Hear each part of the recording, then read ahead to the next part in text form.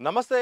పంట పెట్టుబడి సాయమైన రైతు భరోసా కోసం ఎదురు చూస్తున్న పాత వాళ్లకు అలాగే కొత్తగా రిజిస్ట్రేషన్ అయిన భూములకు కూడా ఈసారి ప్రభుత్వం మరోసారి దరఖాస్తు చేసుకునే అవకాశాన్ని కల్పించింది. కేవలం కొద్ది గంటలు మాత్రమే దీనికి అవకాశం ఉంది. జూన్ 20వ తారీఖు వరకు అయితే దీనికి అవకాశం ఉంది. ఇందులో భాగంగా ఎవరైతే గతంలో ఇంతవరకు కూడా రైతు భరోసా రాలేదో, గతంలో బీఆర్ఎస్ ఉన్నప్పుడు రైతు బంధు కానీ కాంగ్రెస్ వచ్చిన తర్వాత భరోసా కూడా రాలేదో వాళ్ళకు, అలాగే జూన్ 5 లోపు కొత్తగా వ్యవసాయ భూములు రిజిస్టర్ చేసుకున్న వారికైతే మాత్రం ఈసారి అవకాశాన్ని కల్పించింది.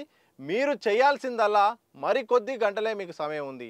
ఈ నేపథ్యంలో మీ యొక్క పత్రాలైన ఆధార్ కార్డ్ జిరాక్సు, అలాగే బ్యాంక్ పాస్బుక్ జిరాక్సు, దాంతోపాటు వ్యవసాయ భూమికి సంబంధించిన పట్టా పాస్బుక్ జిరాక్స్ సంబంధించిన 3 జిరాక్స్లను వెంట పెట్టుకొని ఏఈఓను సంప్రదించాలి. ప్రతి మండలంలో 3 నుండి 6 ఏఈఓలు ఉంటారు. అందులో భాగంగా క్లస్టర్ల వారీగా అయితే మాత్రం మీ 3-4 గ్రామాలకు ఒక ఏఈఓ ఉంటాడు. ఆ ఏఈఓను వెంటనే కలిసి మీ యొక్క దరఖాస్తును అయితే చేసుకోవాల్సిన అవసరం ఉంటుంది. ఆయన దగ్గర అప్లికేషన్ ఫామ్ ఉంటుంది. ఆ అప్లికేషన్ ఫామ్లో ఆ యొక్క పేరు వివరాలు, బ్యాంకు వివరాలు, అలాగే భూమికి సంబంధించిన పట్టా పాస్బుక్ సంబంధించిన నెంబరు వివరాలు ఉంటుంది. ఇమీడియట్గా కాంటాక్ట్ అయిన ఎడల ఆయన ఆ వివరాలు ఆన్లైన్లో కూడా అప్లై చేస్తారు. దీంతో వరుసగా రైతు బంధు విషయంలో ప్రభుత్వం వేగవంతంగా డబ్బులు కూడా రైతుల ఖాతాలో జమ చేస్తుంది. ఇందులో భాగంగా మీకు కూడా ఎవరికైతే అవకాశం ఉందో వారికి దరఖాస్తు చేసుకున్న వారికైతే వచ్చే అవకాశం ఉంది.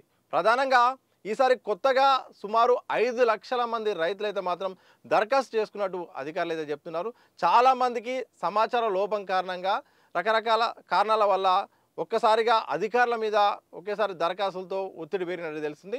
ఇందులో భాగంగా కొద్ది గంటలు మాత్రమే సమయం ఉంది. ఈ కొద్ది గంటల్లో ఏదైతే వ్యవసాయ విస్తరణ అధికారి ఉంటాడో ఆయన దగ్గరికి వెళ్ళి, ఆయన దగ్గర అప్లికేషన్ ఫామ్ ఉంటుంది.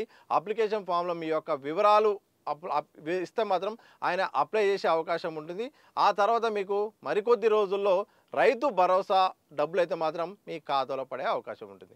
మరోవైపు రైతు బంధు గతంలో బీఆర్ఎస్ సర్కార్లోనైనా లేకపోతే కాంగ్రెస్ అధికారంలోకి వచ్చిన తర్వాత రైతు భరోసానైనా మీకు పట్టా పాస్బుక్ ఉండి మీరు అర్హులై ఉండి కూడా టెక్నికల్ కారణాల వల్ల మీకు రైతు భరోసా రాకపోతే మరో అవకాశాన్ని కూడా కల్పిస్తుంది. వారికి కూడా ఈ యొక్క జూన్ 20వ తారీఖు మాత్రం అవకాశం ఉంది. వీళ్ళు కూడా దరఖాస్తు చేసుకుంటే వారికి కూడా అంత కరెక్ట్గా ఉండి సాగుకు యోగ్యమైన భూమి ఉంటే మాత్రం వారికి కూడా రైతు భరోసా వచ్చే అవకాశం ఉంటుంది. ఈ యొక్క అవకాశం మరికొద్ది గంటలు మాత్రమే సమయం ఉంది. ఒకవేళ ప్రభుత్వము పెరుగుతున్న డిమాండు, అలాగే అధికారులపై పడుతున్న ఒత్తిడి, రైతుల నుండి వస్తున్న అభ్యంతరాల కారణంగా ఎక్స్టెండ్ చేస్తారో లేదో తెలియదు. కానీ ఇప్పుడున్న సమాచారం ప్రకారం మాత్రం జూన్ 20వ తారీఖు అనేది అయితే లాస్ట్ డేట్గా తెలిసింది. సో శుక్రవారం సాయంత్రము వరకు అయితే అయిపోతుంది.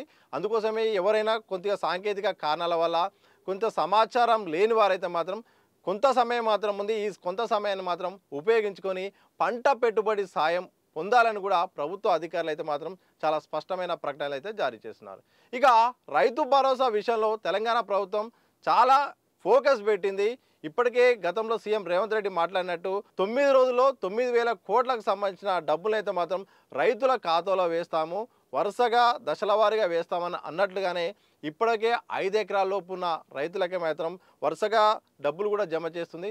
సుమారు 1 కోటికి పైగా ఎకరాల్లో 60 లక్షల పైగా రైతులకు 6,000 కోట్లకు పైగా డబ్బులు అయితే మాత్రం ఈ పంట పెట్టుబడి సాయం కింద రైతుల ఖాతాలో అయితే జమ చేసింది. మరో 4-5 రోజుల్లో మిగతాయి కూడా పూర్తి చేసి 9 రోజుల్లోనే 9,000 కోట్ల లోపు సంబంధించిన ఈ యొక్క రైతు పెట్టుబడి సాయం కింద అయితే ఈ యొక్క రైతు భరోసాను అయితే కల్పించడానికి ప్రభుత్వం అయితే మాత్రం ఆర్థిక వనరుల్ని కూడా అంతా సిద్ధం చేసింది.